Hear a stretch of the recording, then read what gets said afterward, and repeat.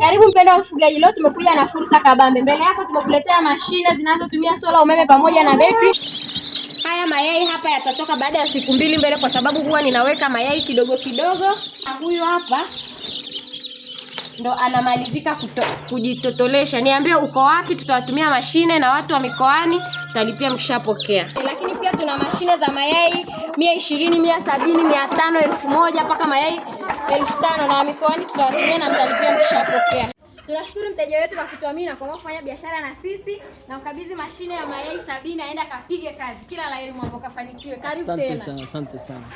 Bwana, mashine bado mimi sijapata, lakini pia ndoto za kupata mashine ninazo, kwa sababu kama kuku kama hivyo na 7 nishaanza na kuku kama 180 ambao wana miezi 2 kama na siku 20 hivi. Kwa hiyo natarajia kwamba atakapoanza kukutaga basi na mimi nitakuwa nishafanya process za kupata mashine. Aisee, tunawakaribisha sana. Mwalimu wetu ni mwalimu sahihi, ni mwalimu mwenye ujuzi, ana kuku wa kila aina out of the country. Kwa hiyo tunawakaribisha, knowledge iko hapa. Kama unataka kufuga, njoo hapa kwa mwalimu. Wateja wa mikoani mtalipia mkishapokea.